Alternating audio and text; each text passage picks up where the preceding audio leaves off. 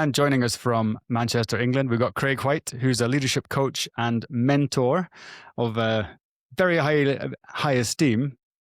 And Craig, how are you today? Yeah, I'm really good. We only spoke a few weeks ago, didn't we? And I've never met you before, but I feel an instantaneous connection with you, and I'm looking forward to chatting. Well, yeah, I felt the same thing. A bromance, if you will. Yeah, maybe. Who knows? Well, let's see. So let's go. CraigWhiteMentoring.com is your website. Craig, CRAG, White, like the color, mentoring.com. Any other socials or anything you want to put out there? I'm on LinkedIn. You can find Craig White on LinkedIn. I use LinkedIn a lot. I do have an Instagram. That's Craig White Mentoring. I also have a YouTube channel which has got my podcast on it as well. Craig White Mentoring, Dare to Be Different. That's the name of my podcast. That's about it. Cool.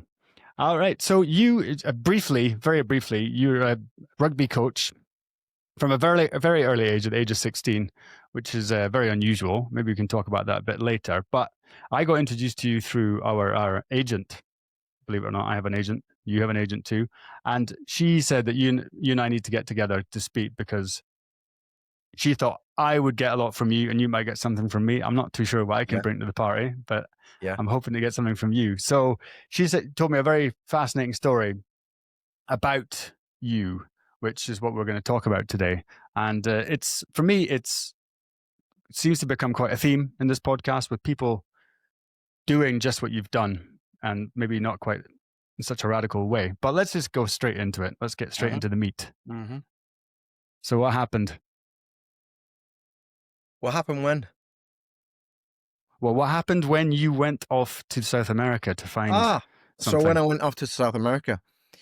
Yeah. What led up to it in the first place, actually? Well, I've been to South America lots of times. I went to Peru for the first time in 1999, and I stopped in a place called Pisac in the Sacred Valley, and I went to Machu Picchu. And I've been back numerous occasions since, and I always wanted to live there. I just felt a calling to be there. And I've been numerous times for different reasons. You know, I've been with my ex-wife learning yoga before. I've drank ayahuasca in Peru. I've ran retreats in Peru. But this time, and I only got back about 5 weeks ago, this time I went out there to live. I had a 9-year relationship that ended about a year and a half ago. We were talking about moving there together. So I thought I was following my heart. So I sold up everything and I moved to Peru. It's not as dramatic as it sounds because I knew the area. I've got friends there. I've done lots of work in South America as a rugby consultant anyway, with teams like Uruguay and Chile. So yeah, going to Peru wasn't as drastic as it sounds for me, but I went there to live. But what I realize now is I actually went there to end a chapter. I went out there, I ran a retreat. And what I also found when I went out there was I grieved a lot. It was almost as if I needed to go to grieve my old relationship or to grieve an old part of me, to be honest. There was about a week where I just couldn't stop crying. And it was a significant week. And after that week, I just felt like life was telling me to go home to the UK, and probably for the first time in my life, to be honest, to be less of a lone wolf and more of a communal man. I had this like download that in Hebden Bridge, which is where I live right now, and it's near Manchester. I was living there before. There's a community here for me. It's you know, it's a beautiful place. It's in nature. It's quite alternative. It's quite eclectic, and there's a community for me here, but I never saw it before. So I got this kind of download to come home and connect with community. So that's what I've done. I spent 5.5 months in Peru, but it just didn't feel like home. It was a bit young, the crowd. It was full of expats talking about drinking ayahuasca. It would probably have suited me 15 years ago.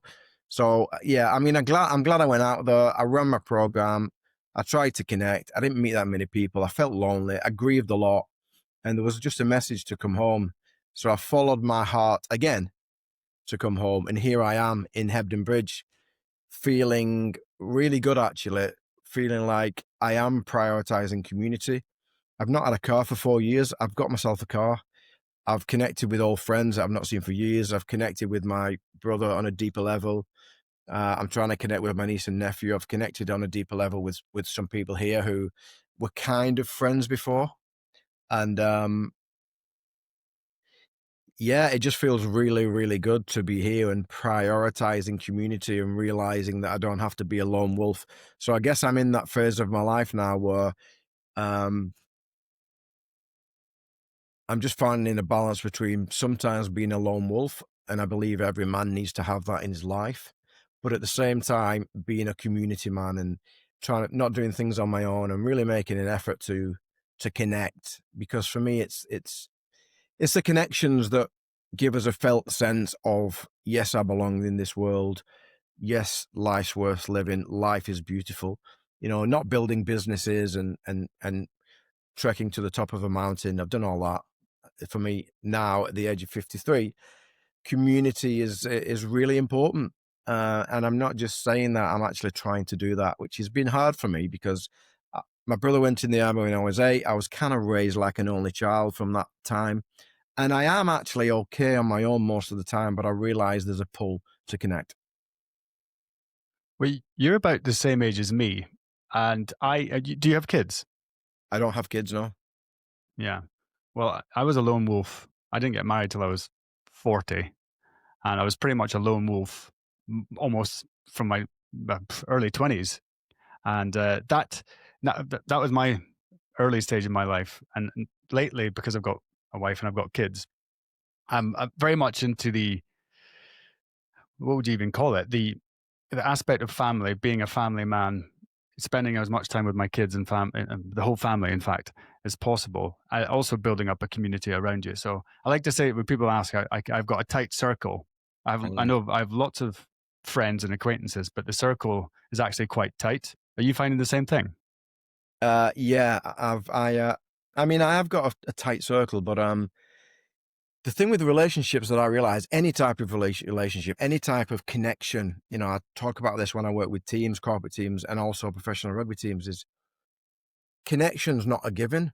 You know, you can be in love with someone, you can be fond of someone, you can have a great connection with someone, but it's not a given. It falls away, and it needs to.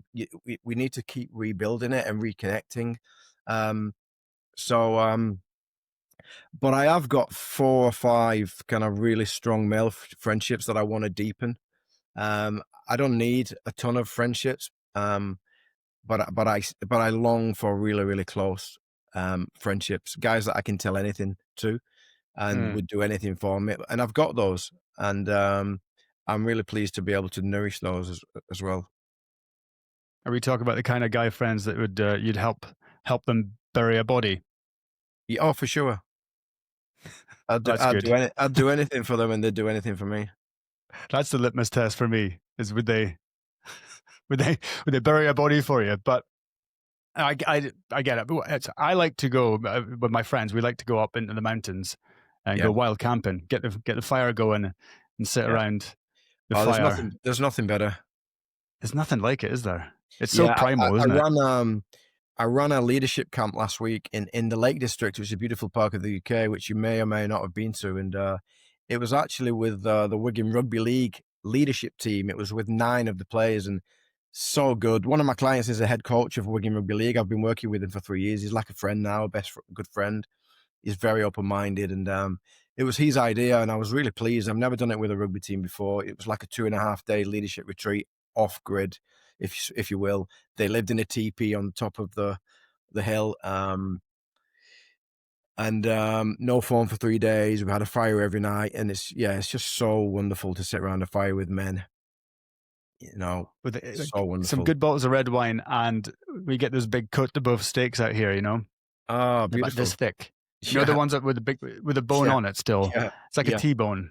yeah, And you get those on with the wood fire. We bring the wood up. yeah. 'Cause I don't think you're supposed to. Well, you're not really supposed to cut the trees down. Plus, it Mm, smokes too much as it mm, is, mm, as you know. But just the actual the act of sitting down around a fire and having a mm, drink, just had a big feed, and the stars are out. It's getting mm. dark, and it's I don't know what it is about it, but I think a lot more people need to do that Yeah, because no everyone, you know, you kind of you think, yeah. oh, camping, you never really get a good night's sleep. Mm, You wake up freezing or mm, something, mm. or there's noise and whatever. You know, there could be anything like that that's happening, but it's the evening. It's actually the evening, the night when you're awake Yeah, with your friends, yeah. just shooting the shit, really, isn't it? You're Well, just talking there's nonsense. a for me, there's a deep, deep ancient remembering in ourselves. You know, whenever we sit around a fire, it's our conscious mind, and especially the most evolved part of our mind, might not be able to grasp it, but there's an ancient part of our DNA that remembers, you know, remembers when we used to do that and how we connected through that, and how men and women used to sit around fires and sing and dance and read poems and solve conflict and tell stories. And yeah, it's just it's like it's like a coming home, isn't it? And that's why it feels so good when we give ourselves the opportunity to do it. So, what aspect of leadership do you bring into that? Is it just the? I guess it would be the honesty, the opening up, people opening up, and dare I say it, amongst men expressing themselves openly. Yeah, yeah. I mean, you know, circle work, firework. There's so many ways to use it. Um, it can be used for connection, to get to know each other. You know, for example, on the camp that I did with the team, the first fire we had on the first night was um, related to where we came from, and then we did another round where it was telling me about your father. What did you learn from him? What did you need to unlearn from him? The second night we did the same around the mother. And the third night we just had a laugh. We played some games and we told some jokes and we told some stories, and we just had like rip-roaring belly laughs, which is also an important part of connecting teams. So we connected at the And level of vulnerability and we connected at the level of laughter. what about the rugby being from what I remember of playing rugby as a kid, was there was a lot of Mm. alcohol consumption. It was a big Mm. alcohol thing. Is there any of that involved in that when you're doing these things? Um, on my normal retreats, there's no alcohol. I'm quite hardcore. There's no alcohol. There's no stimulants. It's 5 days off grid. When we went to Peru, it was 10 days off grid. But with the team, we just flexed a little bit. On one of the nights, we had a couple of beers. But the thing with rugby is that there's and I started playing rugby when I was 8, and I worked in rugby full time for 15 years, and then I worked in rugby as a consultant for 15 years, less of the time, but I've still always had a thread of my work in professional rugby. And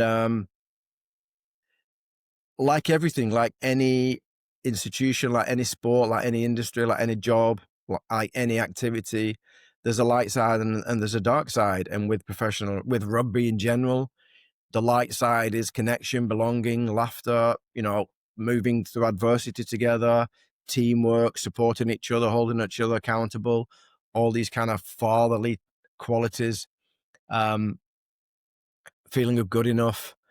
Yeah, the dark side is alcohol. You know, the dark side is objectification of women that still happens. The dark side is aggression, suppression of feelings. But what I would say is, through my eyes anyway, maybe it's because I'm changing, I don't know, because sometimes what we see is a reflection of what we are. Um, but I see definitely from the top down, you know, some of the coaches working in professional rugby, they're very different to what they used to be. You know, these guys step into responsibility. They realize they're a father figure. They've done some work on themselves. They realize the importance of emotional intelligence. They realize the importance of love and affection. They realize the importance of having emotional range and not just being the dictator. And it's also in my judgment that whilst through the players, there is still a thread of alcohol abuse at times. I'm seeing more and more players coming through not drinking. They don't drink. You know, I've been out with teams, and half the team have been drinking non-alcoholic beer. So it is changing. But I don't think that's not always a reflection of rugby itself. I think it's a reflection of society. People are waking up Yeah. and they're realizing that alcohol's poison, most of it that you buy on the shelf anyway. And less and less people are drinking. And you're seeing that in rugby as well. Yeah, my boy, I mean, he's only 10, but he's going out, he does ski racing, downhill racing. So he's getting to that stage now where it starts to become quite serious here in Switzerland. And so he's gone up to the next level of competition. But because it's quite a social place, you know, we have a social household, and yeah, there is alcohol being consumed when people come around. And he's at that age where he's like, "Dad, can I try a beer? Can I try some wine?" And I say, "Yes, you can." And then I explained to him, I've been explaining to him what scams are, because he's got an iPad, and he gets, you got all this stuff coming through, and they're asking for your information. They're just trying data gathering, aren't they? And I said, "Look, this is a scam. It's coupons from the shop when you're buying sweets. Scan this and you get blah blah blah, and that's just another scam." So I said to him, "No, alcohol is a scam." And I said, if you want to be an athlete, if you want to give yourself if you want to be different, 10% of 90% of the people you're up against will consume alcohol, and 10% won't, and they already have the big advantage.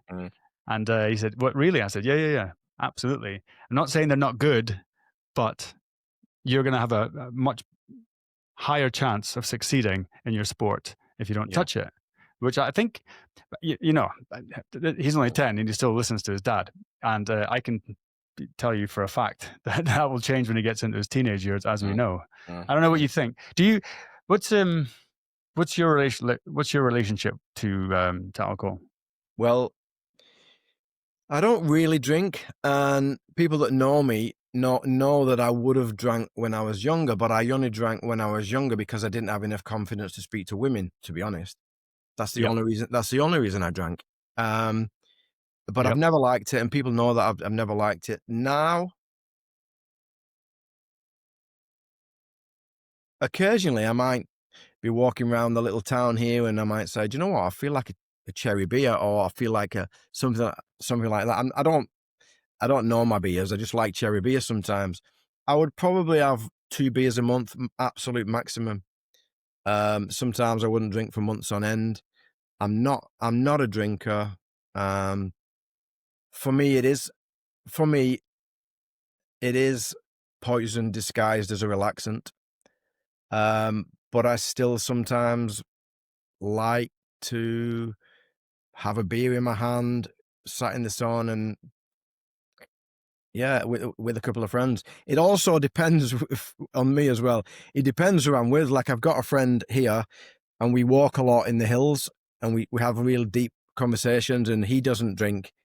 He's squeaky clean with his diet, so it suits me. But I have another friend who's my best friend. He's from Liverpool. He's a proper Scouser, if you know anything about the Liverpool culture, and he likes a little cheeky drink every now and again, and he likes his sweets, and so I would have a drink with him, but I wouldn't have more than 2 beers. What about diet then? You mentioned squeaky clean diet. I like a sweet. I like a sweet. It doesn't. For me, I still can get away with eating pretty much what I want. I do eat a very clean, I would say, clean diet.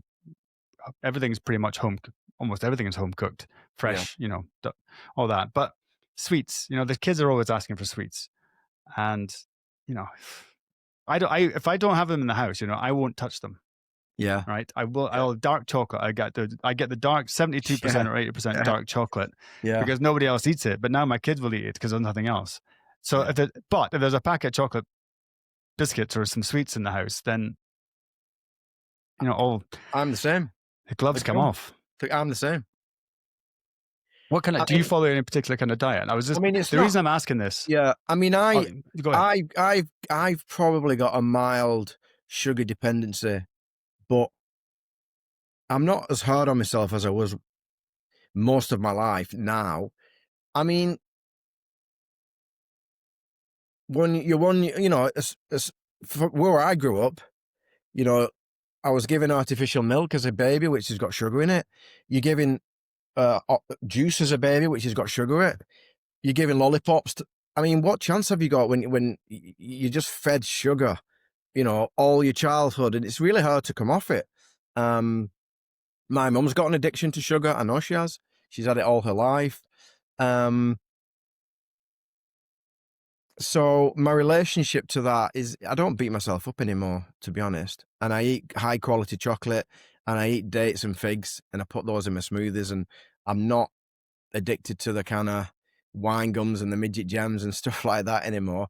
But to be honest, ever since I got into, so after about 10 years of a rugby career, so I was a fitness coach in professional rugby for the first 10 years of my life. And then that evolved into nutrition and mental skills and leadership and so on. And when I got really into holistic nutrition, which would have been about 15 years ago, 20 years ago, I realized something really, really important. The nutrition, i.e. nourishment, comes on multiple levels. You know, what we put on in our mouth is just one level. You know, what we look at and what we allow in through our eyes is a form of nutrition. It's a form of nourishment. You know, what we listen to, what we allow to come through our ears is a form of nutrition. What we allow, the energy fields that we allow close to us, the people, nature, animals, you know, it's a form of nutrition.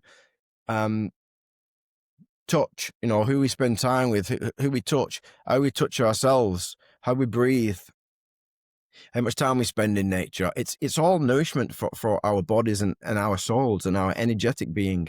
And what I also realize, especially over the last 10 years, really studying the work of Dr. Joe Dispenza, is it really doesn't matter as much as we think we do, how clean our diet is if we've got a terrible relationship with our emotions and we've repressed our emotions and we've not done our work to clean that up and we've not got a healthy relationship with our emotions, because it's the repression of our emotions in our body that often seek out addictive tendencies. You know, so by doing our emotional cleansing, our emotional, if you like, healing work, that is really what's critical to our life on this planet on multiple levels of health. It's not only our diet, that's just one small level. You know, I mean, I could eat 90% whole food diet, but if I'm obsessed with my diet and every time I eat a date or a carrot or a beetroot, I'm so obsessed, I feel guilty. My body's also absorbing the guilt.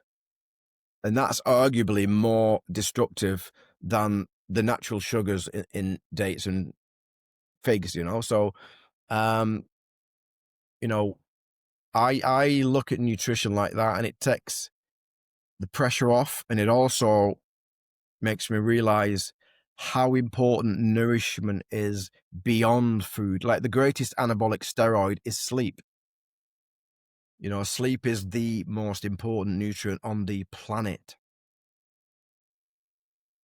Do you know what I recently discovered is I got some of these glasses here. They're right next to my, but hang on. These ones. Have you seen these? Yeah, Makes you look a bit I've silly. got the orange ones. Yeah. Yeah, these are orange. Yeah. And these things. So I put these things on in the evening. So it's getting close to midsummer.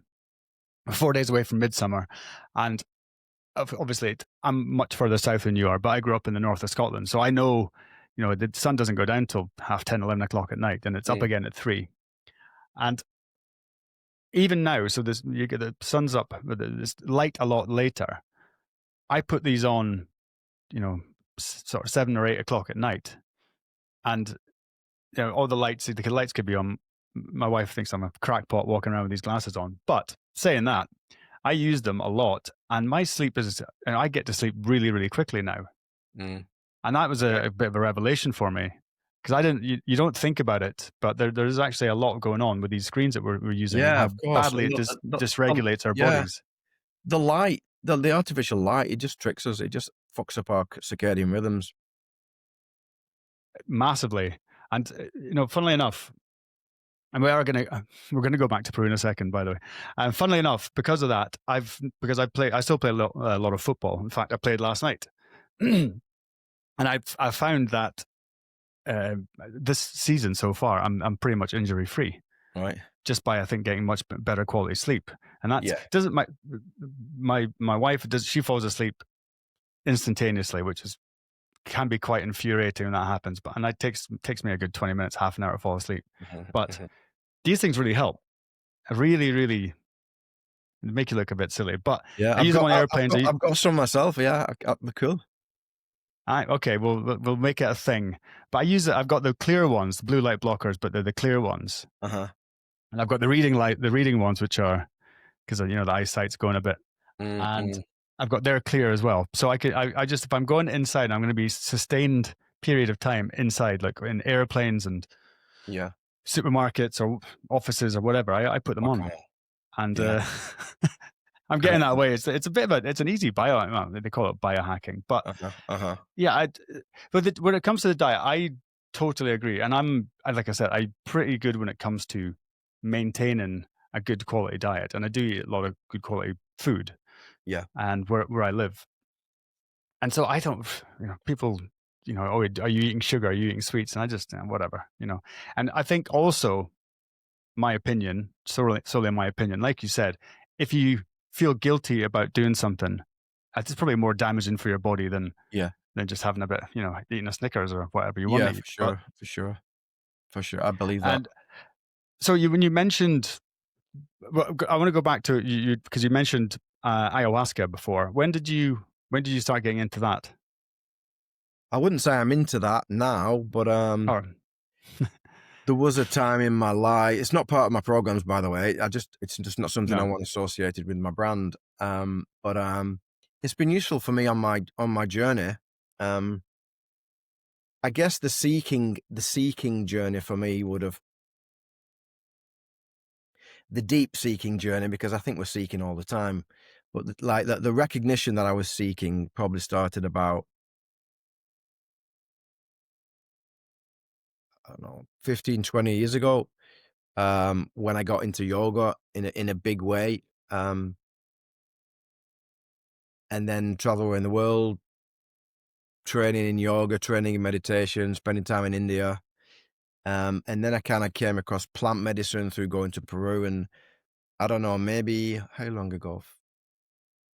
15, 16, 17 years ago, I must have drank ayahuasca for the first time in Peru. I was with my ex-wife, and we were doing a 4-week yoga teacher training program in Peru. And at the end of each week, there was an ayahuasca ceremony. So not only was it this kind of yoga immersion, there was an ayahuasca ceremony at the end of each week. And I've just got a curious mind, and I like to try things, I like to see how I respond. I like to see how things like that affect me. I also think part of our healing as humans has to involve letting go of control, because we get into trouble and we never experience the juice of life, and we never connect to, I'm going to call it spirit. I don't have to call it spirit. I could call it God, the quantum field, our essence, whatever. We never connect to spirit when we're trying to control our life. We only connect to spirit, in my journey, in my opinion, when we let go of that control. So hallucinogens, for example, on my journey, ayahuasca, San Pedro, mushrooms, LSD, with all those substances, after you've drank or you've ingested, there comes a period where it's a bit clunky and it's a bit difficult, and it struggles, and you struggle if you don't let go of control. If you can't let go of control and just say, okay, wow. So with ayahuasca, it's so intense. You pretty much have to let go of control, and then the magic starts to happen. So I've probably drank ayahuasca, I don't know, about 7 times maybe. I've probably drank San Pedro about 3 or 4 times, and with ayahuasca, most of the time when I took it, it was incredibly useful for me because a big part of my healing journey has been healing my relationship to women. That's a big theme for me, which includes healing the woman inside of me and being more open to that aspect of my humanness, and also understanding women better and understanding my mother better and how she is, and understanding my mother wounds, and learning to be less reactive around women, and learning to be less projective of my anger on women, which I did in my 20s and 30s a lot. So it's been a big journey of healing for me to reclaim my feminine, and to be less reactive around women. So the ayahuasca was quite beautiful for me because almost every time I'd have some kind of insight around women. For example, the second time I drank ayahuasca, my wife at the time, Marta, she chose not to drink. She was a bit freaked out by the first time. And in in that ceremony, I experienced what it was to feel like to be inside her body having a female orgasm. Oh, So I do became tell. her having a female orgasm, and the fallout from that was, oh my God, women of such power, they are the carriers of life, that I don't know. All I can say is after every ceremony, I was a little bit more in devotion of women, as opposed to the young version of me that had been trained by life to want to dominate women, to want to come on top, to want to objectify them, to to believe that I was better than them. So every time I drank ayahuasca, and they call it the mother, the mother master plant, there was a definite softening, there was a definite deeper respect towards women, and also that non-linear, spontaneous part of me.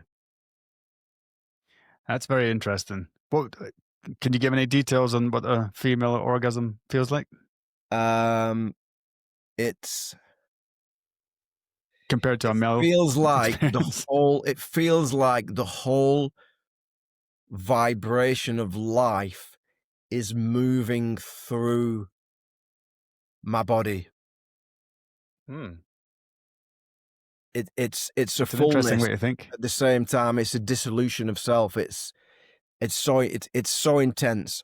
And a man's orgasm can be intense if a man knows how to connect with his feelings, and is not just connecting with the end of his penis. A man's orgasm can also be intense, but that requires a lot more training and remembering, and deeper attention on our own bodily feelings. With a woman, there's a greater natural capacity. It's incredibly expansive, put it that way. I've tried mushrooms. I have never tried ayahuasca. I've been invited by many friends who've done it, had profound experiences. I've never really felt the need. And Yeah, you know what? I usually, out of curiosity, I will try, like yourself. I'll try out of curiosity. Just I'm not expecting. I don't expect anything to happen. I don't expect to learn anything of it. yeah, But I usually, something comes out. There's always something comes out that you didn't expect, and yeah, um, it's they're very powerful, and I can't deny that. But I always have this feeling, for me personally, that the we have the answer for what we're seeking, what we're looking for, is within us already. We just have to find it. Now, whether psychedelics or plant medicines, whatever you want to call them, if they can help you get or a glimpse, or maybe it dissolves the ego and lets you actually experience a little bit of Removes the the veil. universal consciousness, God, and yeah, lifts the veil and lets you take a little peek. I don't, like I say, I don't mind. Every now and again, it's quite fun. I enjoy it. It freaks you out a little bit, but it's fun. And it's Yeah, you're having definitely in mushrooms no is rush. fun. Having mushrooms is Yeah, fun. Yeah. and you're in no rush. You don't do mushrooms one day and then say, "Well, let's do that again tonight." You'd always, for me, it's maybe once a year, if even that, But the aspect of having the answer within, which I think is what, because you mentioned something as well, which really resonates with me, is that you started thinking about sort of 15, 20 years ago and getting more and more into it, and I think it's a feeling and a feeling of unease that's constantly in your life, because it's something that's there to be touched, but you can't quite touch it. It's there, and there's an answer there, or maybe answer is not even the right word, but there is something there that's for you to make your life better, but it feels like it's always just out of grasp. Do you understand what I'm saying? Does that make any Yeah. sense to you? Yeah. Because And we seek it outside of ourselves. exactly. And certainly my brain, when people meditation, I'm getting better, but I'm still, brain's still all over the place. But sometimes I get these moments of clarity when I'm in trying to meditate, and you know where you're in that state, and that's when you start to get that feeling. From my point of view, the feeling of being able to connect, and I think it's very powerful. And it's been described to me as a superpower, and that's my current thing. So using these. What's your view on it now? After you said you don't do it anymore, it's not part of your brand. But what? So when I was saying that, how does that resonate with you? What do you think about that?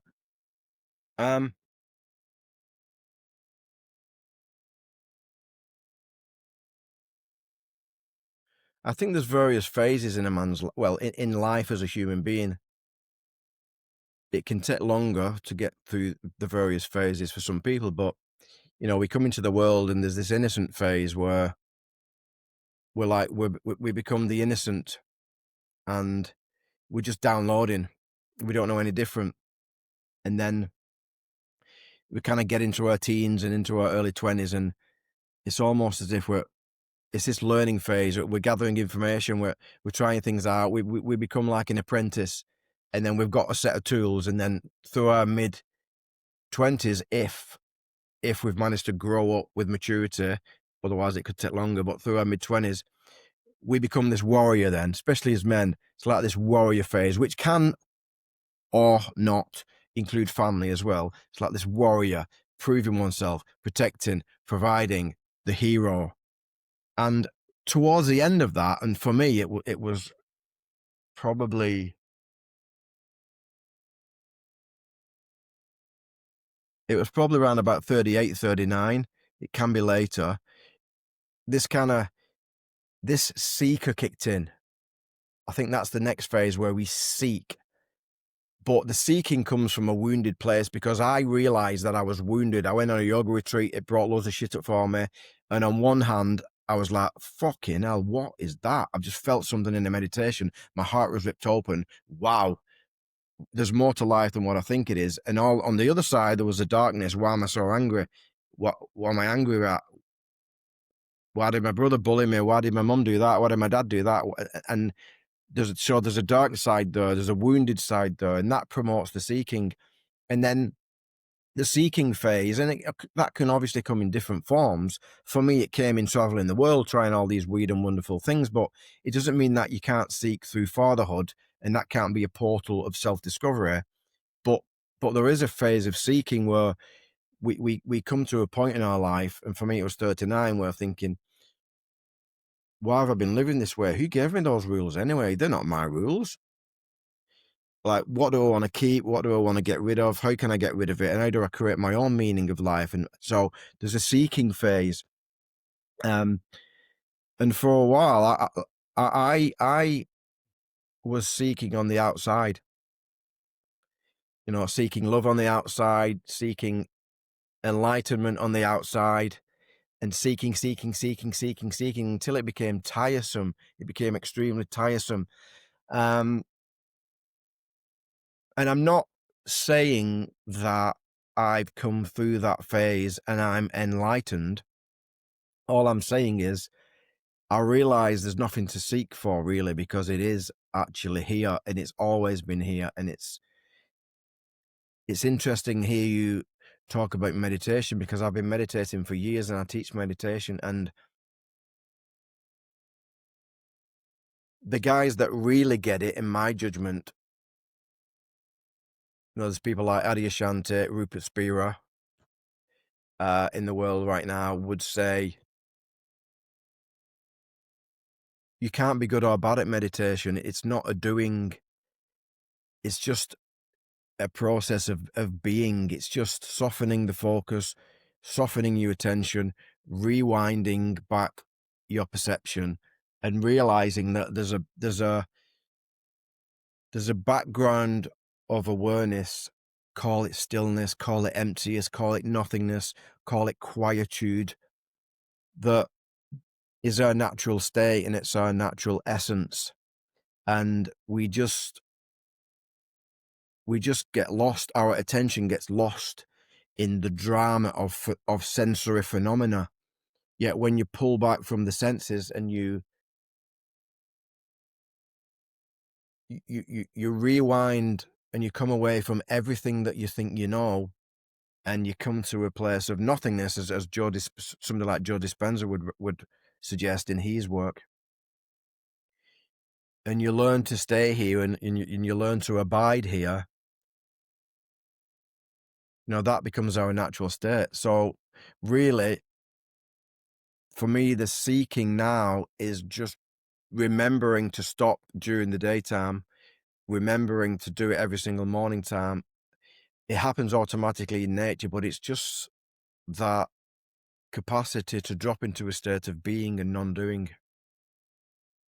I had a pretty profound experience about a week and a half ago, and I had a session. I have a mentor myself, like I was saying to you, and who's helping me with this aspect of my life of being. The phrase is being present. That's what everyone knows it as. I'm going to just maintain that word because, I can't think of a better word for it right now. I don't, it's one of these things. It's one of these buzzwords. I'm not. Yeah. Anyway, but we did it's called a timeline cleanup. She calls it. We'll be talking. We're on the phone for nearly 2 hours, and she says, in order to get to this, to improve at this, you need to. She calls it timeline cleanup. When you go into your past, something that sticks out in your memory, it's one of these things that sticks in your memory for a reason. And she'll mention something and then say, can you think of anything? And something comes up, and it was very powerful for me, crying my eyes out.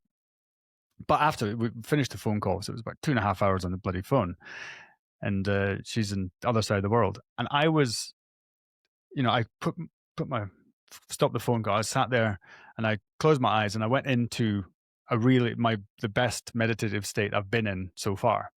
And then I had to go and pick up my daughter from school, and I took off my watch, left my phone, took my bike, picked her up from school, and we went to the park. And there's always friends of hers there after school, and I just sat in the grass in the sun, took my socks and shoes off, and I sat there just picking long blades of grass, and I was seeing how many knots I could tie in a long blade of grass without thinking of anything, just concentrating on this tying knots in a piece of grass. And that was a state of, I don't even, what do you call it, bliss. It felt really good. But then I've got to go home and start dinner and get things sorted out in the house, and it's real life gets in the way. But it was such a profound thing, and I remember, for me, it really sticks in my mind when I've been in a state where I'm just completely not giving a fuck about anything else, just being there and not worrying about a damn thing, and just being just being me, and it was magic. I Yeah. want to Yeah. do it more, and Yeah. I've never had that feeling of bliss. So this goes back to my point. I've never had Mm. that feeling of bliss. If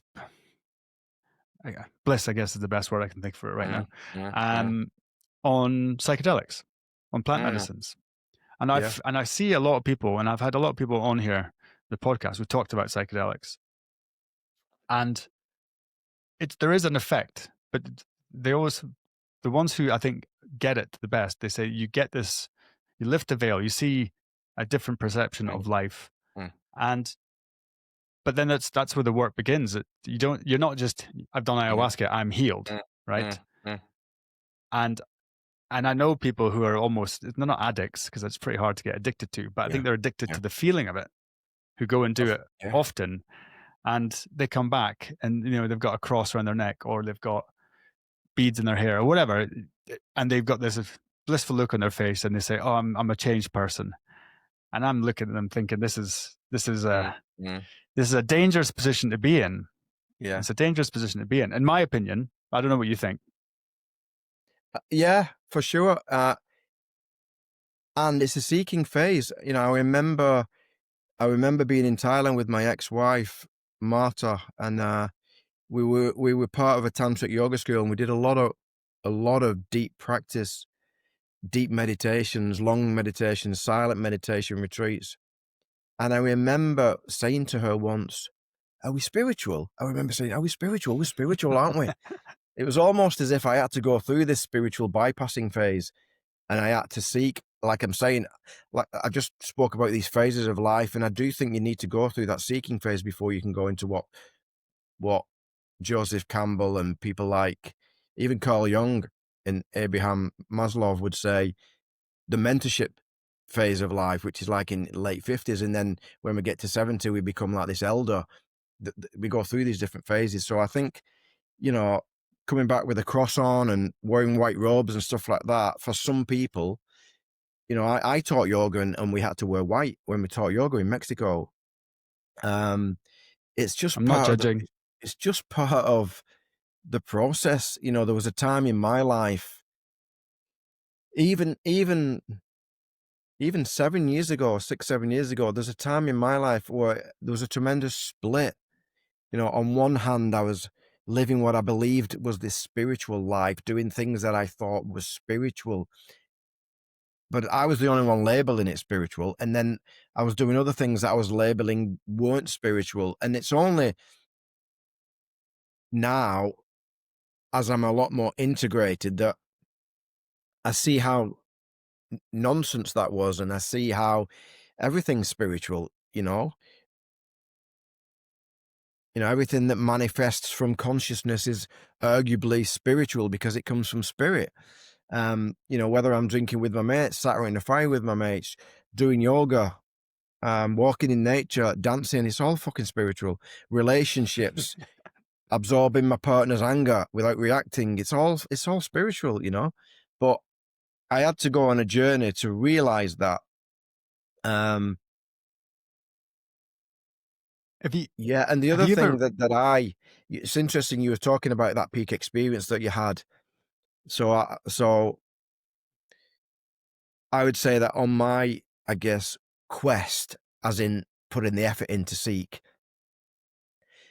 I had quite a number of really, really significant peak experiences that I'm not attached to, but I think they were pretty significant on my journey. There's times when I do a meditation retreat and it felt like my heart had been ripped open. The ayahuasca situations, in deep meditative state during silent retreats, and I stopped breathing, and there was just this sense of oneness. I would guess that you felt a sense of oneness. mm, That everything was connected. I've experienced that in lovemaking. I've experienced that through breath work. So many times in meditation. I've been on Joe Dispenza retreats. Even last year, I went on a Joe Dispenza retreat in Dallas because I love his work, and I love this kind of how his work is linked to this science of manifestation and how life's a game that you can become the creator of. And I went on one of his meditations, and on day 6 in a 5-hour meditation that was designed to activate the pineal gland, I went for a piss and I came back and they wouldn't let me in. So I had to stay outside.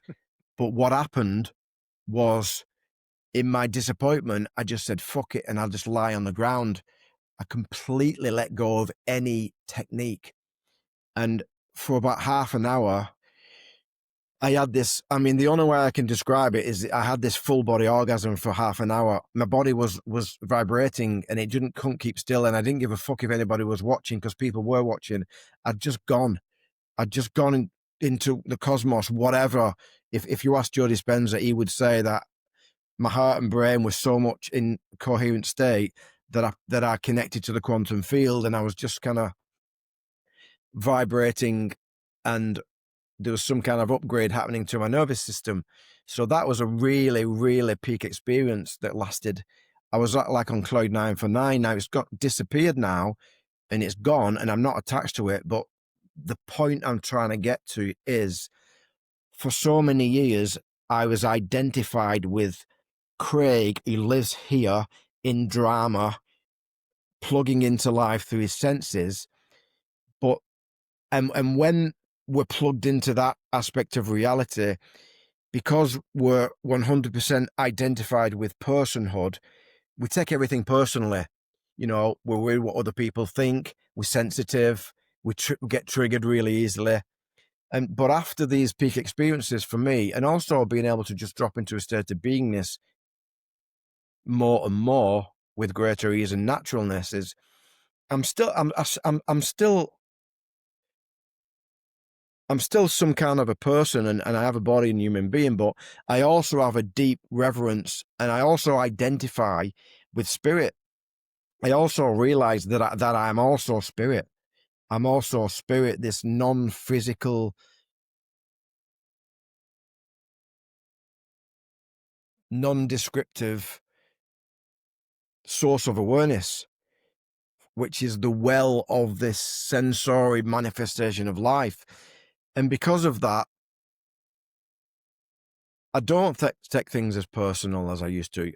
I don't really give a fuck what people think like I used to, because I know it's all ultimately a game, and this essence of spirit that is us, is our true identity. Now, I'm not saying that I abide in that, but I go back there over and over and over again and realize that, oh, wow, this is home. This is home. And that's why they say to know thyself and to remember. We've lost that connection, and we have to remember.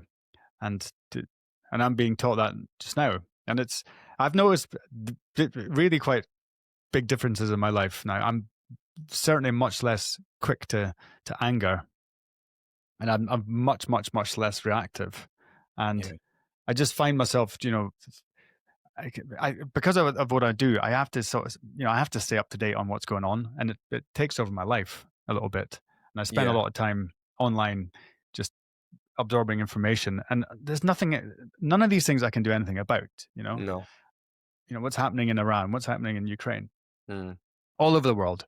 Nothing I can personally influence, apart from being, do my own thing, become not in a selfish way, is to if to raise myself up. That's the word. And it's not myself, it's not this flesh and blood, it's the spiritual, that aspect of it. And I have noticed a lot recently it's not just on speaking to people on this podcast, is speaking to people in real life and everyday life, that so they have, when you go to a gathering or something, and you're meeting people, you small talk, and I can do it, but I find it very quite, like everyone does, it's pretty tedious. And I go straight into the deep stuff, and it never ceases to amaze me how people engage with it, and how people are looking for the same things that we're looking for. I'm going to stop saying looking for. We're not looking for it. It's all in us right now. Have you ever read the book The Alchemist? Yeah, a long time ago. Paulo Coelho. Well, I recommend, if I may, you read it again, because I read it, I don't know, about 10 years ago, something along that line. And I read it again recently, and it's Paulo Coelho, or Yeah, it's Coelho, a great as they book. say, Portuguese. Great book. The first time I read it, I loved it. It's a very short book. It's a great book. It's a great story. Yeah. And I took a lot from it then. And then I read it again recently, and it's a completely different book. Then you start to realize this guy either I'm not saying he's cracked the code, but he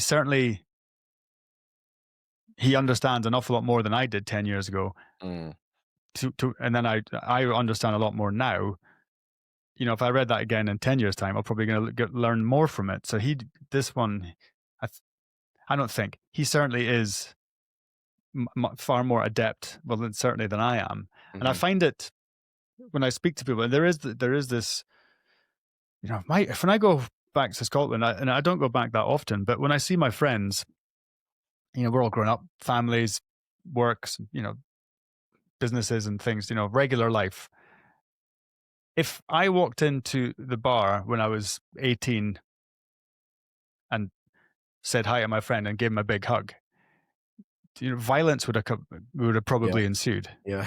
You'd have been, or mockery, certainly absolute mockery, or you'd be getting called all sorts of slurs, right? But now, it's guys are hugging each other all the time, and it's what's happened? And that's just within my lifetime. That didn't happen 10 years ago, maybe 15 years ago. 10 years ago, certainly much more common. But now it's just, come on in, bring it in for a big hug. 100%. And that is something that's different. And are you seeing the same thing? I am. Now, it's an interesting topic, what you mentioned, and I am. So in my world, like I don't even watch TV, because I just, I'm doing my best for society. In my world, I don't do it either. In my world, 100% men are stepping up. Men are wanting to step up. Men are learning to step into different archetypes of leadership, not only the protector and the provider. Oh man, I wish I could share with you a message from a client yesterday. It was a long message along the lines of, Craig, my missus is away for a week. I've parked my business for a week. I'm stepping into the archetype of dad. He's got 5 kids. Sent me a video playing with his kids. I'm not on my phone, and I'm really stepping up this week and prioritizing this aspect of leadership. Such a beautiful message. So in my world, men are stepping up, and stepping into these different archetypes of leadership. They're cultivating more emotional range, becoming less reactive, embracing playfulness again, and embracing non-linear ways of thinking, feeling, and doing, not just a linear, masculine, process-driven way of doing things, and hugging and saying nice things, and not being afraid to be open and vulnerable. It doesn't mean to say that that's happening across the world, but it's definitely happening in my sphere, and it's beautiful to see. I do think there's a danger with social media, though. For me, I think social media has become like it's become like the next platform for propaganda, hasn't it? It's like even more powerful than the newspapers used to be, and what I see on social media, and I'm seeing it, my friends who work in the same field are seeing it as well, is what's coming across a lot of people's different fields is this message that men are still not stepping up, and men are useless, and men are still hurting women, and men don't know how to hold space women, and where's all the good men? And it's really fucking dangerous, because I've met some women recently in this area where I live. It's full of coaches and therapists and people like that. And I must have met 4 women recently. And the message is being, where's all the good men? I'm single. I can't find a man. There's nobody that can hold my emotions. And I get it. We still need to evolve as men. But sometimes we're a product of what we read and what we watch, and it's dangerous. It's a dangerous place because in my world, men are changing, men are stepping up. Well, I have a theory that if everyone stopped X, Facebook, Instagram, all these platforms for a week, because everyone's worried about this tech takeover, or people are apparently worrying about this well, according to social media, everyone's worrying about this tech takeover. Yeah. If everyone stopped it for a week, it all stops tomorrow. Yeah. But will that happen? I don't know. I mean, Yeah. it has its uses. I dip in and out when I need to. Mm. I don't watch TV. I haven't watched TV, for I don't know, years. Regular TV, BBC and network Mm. TV. I haven't watched that for ages Mm. because you look at it and this what they're turning out on the news. I find Mm. to be just appalling. The Yeah. message So, that's coming across is absolutely appalling, divisive, mm. and everyone's angry, and it's something's afoot. It seems like if you were to ask the conspiratorial side of me, it's just there is a in air quotes an awakening going on, a Yeah. conscious awakening of people going, hey, this is all bullshit. What the hell are we doing this for? Yeah. There's a better way to live. I don't want to live in fear. I don't want to be afraid of anything. I want to just live my Mm. life and be with my family and friends. Mm. And Mm. those our controllers, the powers that Mm. be, those mysterious people, know this for sure, Mm. and they're fighting back against it. They have to divide and conquer. It's the oldest.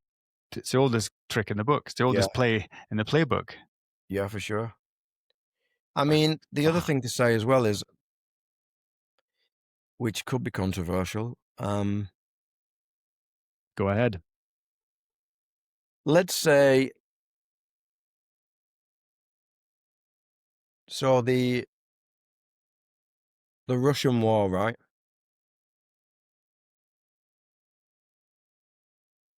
It's terrible. I mean, how can humans do this? We're all in this human family. We're part of this. We can't ignore this, of course. But for me, healing still has to start with, it has to start with us. I think sometimes it's easier for us to get caught in other people's stuff. What I mean by that is, let's say, for example, there's 5 guys and they decide to go on a crusade, be heroes, and join the Ukraine army, right? So they leave home, they go together, they hike across, and they go and join the Ukraine army to do something good in life. But behind their lives is a shitty relationship with the mum, a shitty relationship with the dad. They hate the brother and sister. They're abusive with the wife. They've got addictive tendencies. For me, that's just a fucking distraction.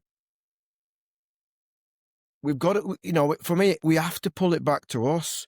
If there's going to be healing on this planet, or whatever, how we define healing, it really does have to start with us, and everybody has to take a real radical look at themselves. For me, that's where the healing takes place. Accountability. Self-accountability. Yeah. Yep. Actions have consequences. I agree. We have friends come and stay with us pretty often, actually. He's Palestinian and she's Israeli, and they're getting married soon. They're a couple, Wow. and so obviously there's topics you don't breach over the dinner table, right? But this one especially. But they both say the same thing. This is awful. We don't want this. Nobody wants this. And Yeah.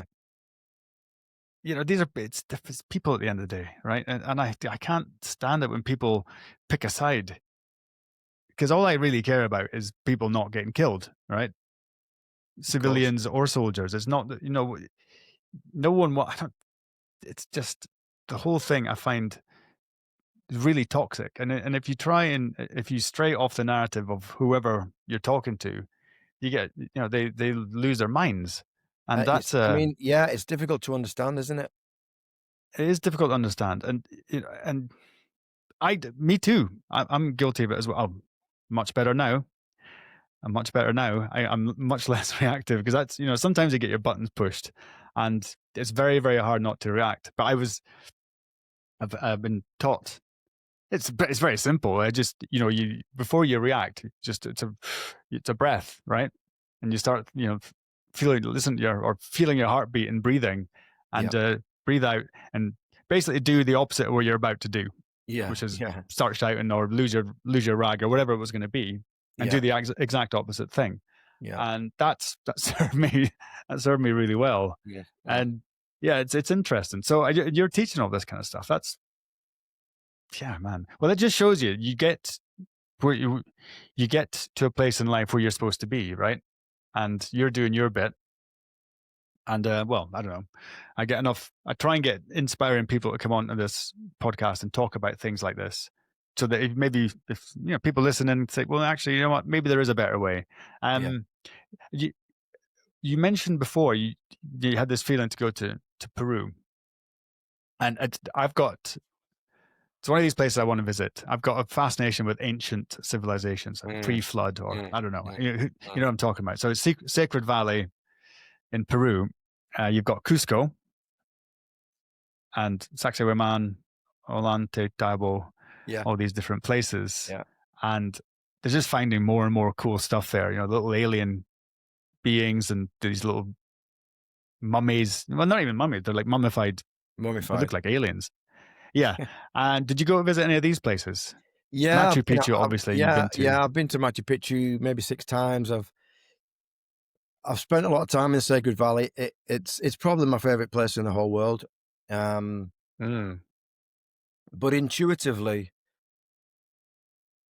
it's like in my 20s and 30s, I spent a lot of time in Southeast Asia. I've done a lot of traveling. And then for the last 15 years, it's been South America.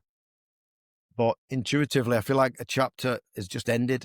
And I don't know why, I don't know how, but there's an intuitive feeling that I'm going to be drawn to Africa in this Do next you know what? That's interesting. Me decade of too. my life. Yeah, that's wow. I mean, that is something. South America, I've never been. Yeah. I've been close, very close. Trinidad, very close, 7 kilometers away from Venezuela. And I've been to Africa quite a few times, north and south. But lately, in fact, to the point that I'm binge listening to Wilbur Smith books. I don't if you remember the sort of things your mum used to read. Do you remember those books? It's Wilbur Smith being a famous author, and he's written. I listened to one and I thought it was going to be some sort of letting you know. Oh, okay. Can't hear. All right. Just you. I'll keep talking, and you'll come back in. You're back. Yeah. You're back. Yeah, I do. So that's don't worry about that. And so this Wilbur Smith guy, he writes about he's an African, and he's been writing about Africa since the 60s in these stories. And I thought I'd read one because it's I thought it was sort of airport novel trashy things, but they're actually brilliant, fantastic storyteller. And I'm on my I don't know how many, probably 12th one now. I don't know how many I'm on now. I'm on one right now about the early founding of the settlements in Cape Town, which became Cape Town. Wow. And it's just awakened this desire. And I have a good friend of mine who's we were in the army together, and he actually went SAS, and he moved back to Zimbabwe because he's from Zimbabwe, and he's moved back there, which is quite a bold move. He had to leave for a few years, and then he came back because of the strife there. And he said, yeah, anytime you come, the wildlife is right there. You can go on safari. You're walking in your back garden. You're walking in the forest. That is where the wild animals are, and that is something. I've done that, but there's this draw. Which particular part are you drawn to? Well, I met with a woman the other day, and she was enticing me to take a group of men over there for an event / initiation. She told me about this 5-day program where you just walk with 2 God, what's the name of that tribe? With 2 Maasai warriors. You've got 2 Maasai warriors with big guns, and there's a group of 7 of you, and you just walk in the bush for 5 days, and all you've got is your food and water, and you sleep rough and you sleep under the stars, but you could be attacked any moment, so you've got that fear factor. Live in. Yeah, so I like the idea of that. I think that can be done in Tanzania. Well, it probably done anywhere, but she mentioned the Kruger National Park, Kenya, Tanzania. I run a program called Iconic, and it's a 6-month leadership program, and we're just in month 5 of the current program. And this year we did a 10-day retreat in Peru. It's an online program, but it's got a 10-day retreat in the center. So next year it won't be in Peru. I'm just working out where we'll go next year. It'll either be the mountains of Greece or somewhere in Africa. Well, I'll tell you what. My friend, so he's been on the podcast twice. I'll give you the links to those podcasts. His name's Ed Home. He's a fascinating character. In fact, he's a very inspirational guy as well. And he talked freely about it on the podcast, about his alcoholism, that he actually had decided to kill himself. And so it's very powerful, and he's a very interesting guy, very, very interesting guy, but he's moved back and he's doing mental health retreats in Zimbabwe where he lives, and for blue light services, forces personnel, police, that type of thing. And they go, so I'll put you in contact with him because I think you guys are getting on very well. Yeah, that'd be good. Yeah, that'd be good. Yeah, it'd be very interesting. Zimbabwe, and I might come, man. I've got so many people I need to go and see from this. There's so many cool stories. I have so many cool people I need to go and see. But I know, Craig, listen, you're a very busy man, and I'm so happy you came on and gave me some time. Me too, mate. Me too. And if I can get myself across to anywhere near Manchester, I certainly will look you up, because it's, these things are, people like you are, they're going to be fun to hang out with. We have a lot to talk about, but I appreciate you coming on, bud. And I hope to see you soon. We could do this again sometime. Yeah, cool, mate. I'll wait for the invite to Switzerland in the email. The invitation is open. If you want to come ski, you come and stay anytime. Seriously. Do you like mountain sports? Do you like nature? Come in the summer. The summer is fantastic. It's 31 degrees outside right now. I mean, yeah, nature's my best friend. I'm not a skier, but I am a hiker. Well, we're here as of end of July. I'm here the whole time. Anytime you want to come, just come. You'll love it. Cheers, you will absolutely love it.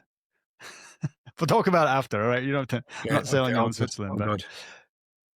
All right. Okay. Well, Craig White, thanks again for coming on, and thanks for listening, guys. Pleasure, man. Take care. Bye-bye. Bye-bye. Okay.